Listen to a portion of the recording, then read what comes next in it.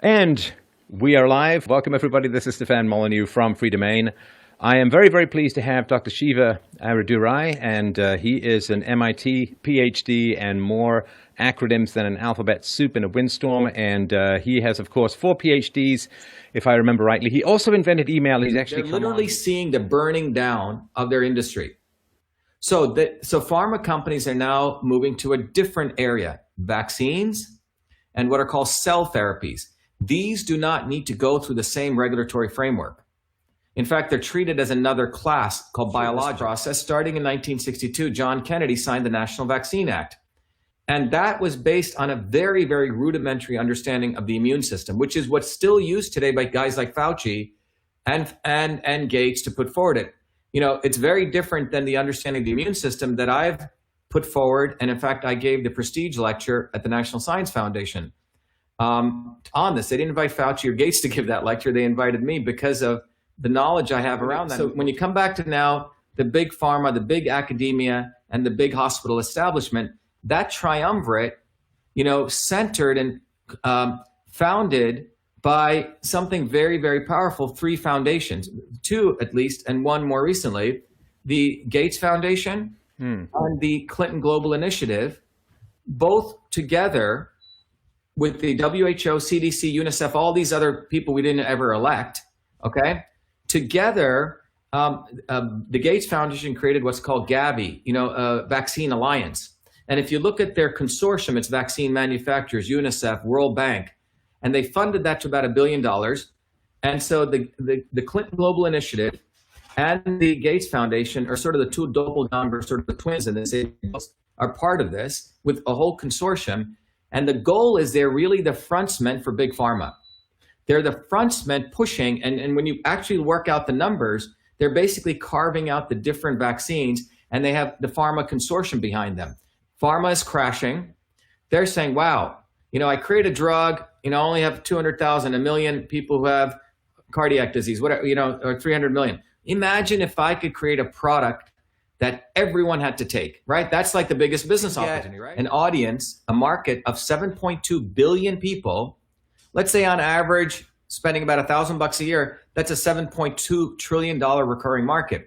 Now, imagine this, if you could get the government its public so afraid that they impose this as a mandate. Now you've created a consortium. So Gavi is leading this consortium with 2 of its cylinders, Gates Foundation, Clinton Global Initiative, which are probably being funded in all sorts of, many incestuous ways. Back-ending that is a major big pharma companies who are part of Gavi. They're the consortium partners. In fact, the SDG 3 goals is supported not just by the WHO and United Nations, but the IFPMA, the International Federation of Pharmaceutical Manufacturers. The 3 leadership council of that is Eli Lilly, Shionogi from Japan, and Roche. All right, so imagine to your point, every year you have a new need for a new vaccine, new variations, new mutations. Now you have 7.2 billion people. Again, I use that $1,000 number. It could be 2,000, it could be 100. My point I'm making is you have a beautiful recurring revenue model. And in order to get that recurring revenue business, what do you need? You need an amazing marketing campaign, a global marketing campaign. And that's what we're right in the middle of now. Okay, do you want the economies to be crashed again? Do you want everyone to be in their homes? Look, let's just put everyone gets a vaccine card. You don't want your neighbor screwing up the economy, do you? Do you want Bob screwing it up? Do you want to have a driver's license? It's a nice economy you got there. It'd be a shame if something happened to it and you weren't allowed to drive. Exactly. Or you weren't allowed to take your kid to daycare, or you weren't allowed out of your home, or you couldn't go to your gym, or you couldn't visit your parents in another country. So that is what the goal is. It's a 7.2 billion person market opportunity worth, upwards of $10 trillion year over year. So from their standpoint, everyone says, well, why would they do this to the economy? Well, it's a return on investment. You put enough fear, you crash the economies just enough. By the way, they get a double whammy because the Chinese Communist Party and the Chinese are involved. They have a lot of, dollar reserves. You crash the economy, you buy things on a song now, so you're going to make your return anyway. Because as you kick this back up, you're going to make money on that, and you're going to also get indentured servants, because many of the large Chinese financial houses actually are the ones who funded banks like lenders like Wells Fargo. So when the US working class crashes or the world working class, well, now they're going to also get a rental revenue. They'll get two sets of revenue. They'll get revenue from recurring on rent because people won't be able to afford their homes. And they're going to also get the bloodstream revenue. Well thought out business model. And that's why Gates funded hundreds of millions of dollars to McKinsey to do all of this. So those people listening out there, you need to understand these people are very sophisticated, highly organized, very adept. Accidental that we saw all this dissension taking place globally. In Hong Kong, millions of people protesting. In Wuhan, anti-pollution protests, not anti-CO2, pollution protests.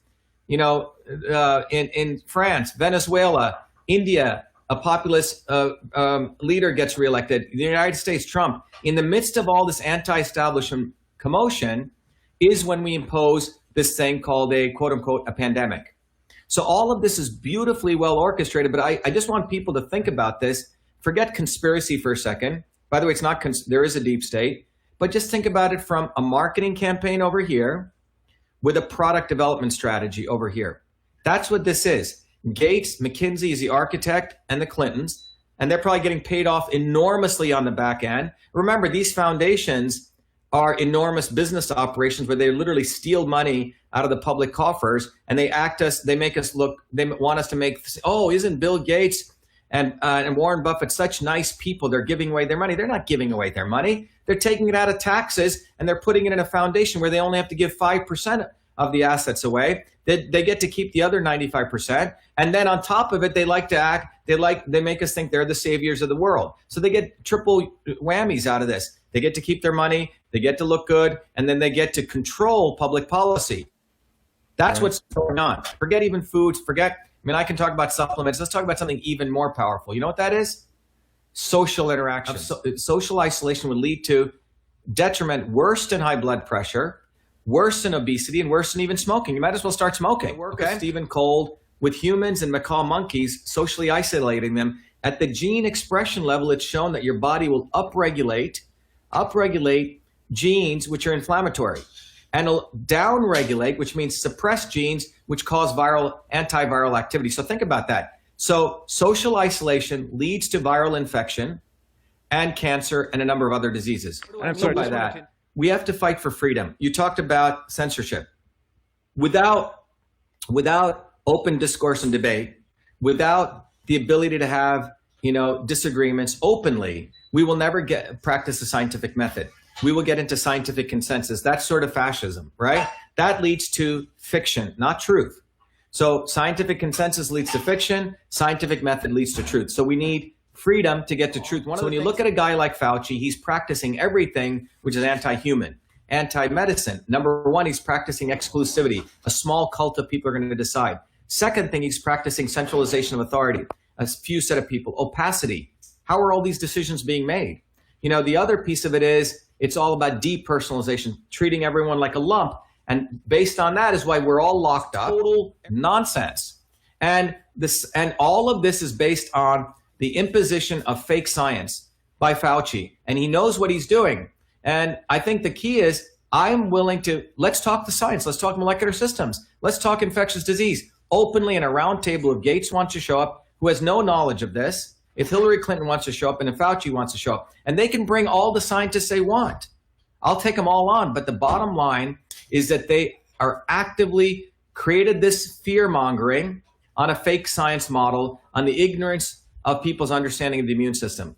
So what we're seeing, Stefan, in closing, if we want to sort of summarize this, we're seeing the conversion of big science, big, academia, big pharma at one point, and it's all to make sure that we have mandated medicine, we suppress dissent, and if it means printing through quantitative easing $6 trillion to crash the economy, they're fine with that. That's like I'm going to make a $6 trillion investment today, which I'll get, if you look at over a 20-year horizon, about what, 7 trillion, 140 trillion over the next 10 years or whatever that is, right?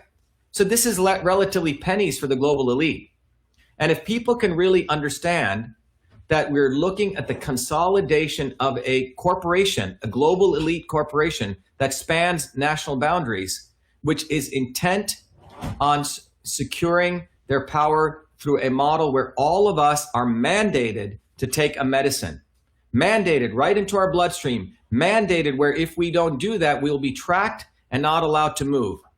This is one of the most dangerous times we're in. However, the good news is that there's a lot of smart people, common sense people, working people, plumbers, electricians, nurses, engineers, who know something doesn't make sense.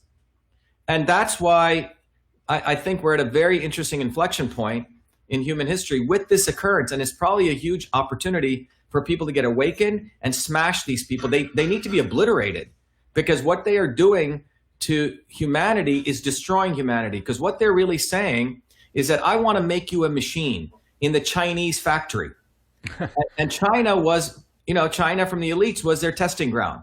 And if you think about it, China's being exported. Made in China means made in China. We will consolidate. We will create the Chinese Communist Party version of mandated state medicine, mandated state academia, mandated state media, which will deny. It doesn't matter what the truth is. It doesn't matter that a 14-year-old kid wrote all the code, the inbox, outbox, called it email, has a copyright. Doesn't matter. The first thing they do, and it doesn't matter, my 4 degrees at MIT won't matter, right? Because when you go against them, they will attempt to attack you. And the only way out of this is to go viciously after them. That's the only way to win, Stefan. Uncompromisingly go after them. And that's the way we're going to win. And we also have to recognize that the establishment is always not the enemy. It's the not so obvious establishment. Those people that they put, like the Bernie Sanders. So all of you Bernie Sanders people listening out there, he sold out to Hillary Clinton. And all you people who think Bobby Kennedy is going to fight for your medical freedom, he endorsed Hillary Clinton. He attacks Gates. So people say, oh, Bobby attacks Gates. Well, you know what? He endorsed Hillary Clinton 3 times. There's nothing more to talk about, period. So the way we're going to win is to wake up and realize this movement's going to come bottoms up from working people like me and you and others, Stefan, who speak the truth, and it's going to be bottoms up. It's not going to be top down. Hollywood celebrities, we don't need you. The Kennedys, we don't need you. And it's going to be bottoms up. And when people get this, we're going to have a revolution like that. I'm telling you, if you look at history, and it won't have to even be violent, it'll be an awakening that says, wait a minute, this is my body. I'm going to decide what goes into my body. No one owns it. And you know what? The sun is an amazing vehicle. It produces vitamin D. It produces cathelicidins. And you know what? Fresh vegetables without pesticides are what I need.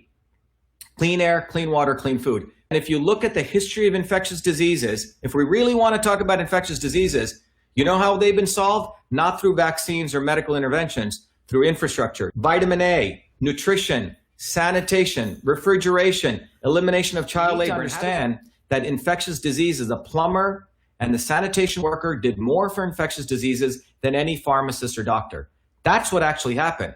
Now, if they truly care about infectious diseases, let's start by talking about how much pollution that's in the atmosphere and how much the Paris Accords allows China to pollute.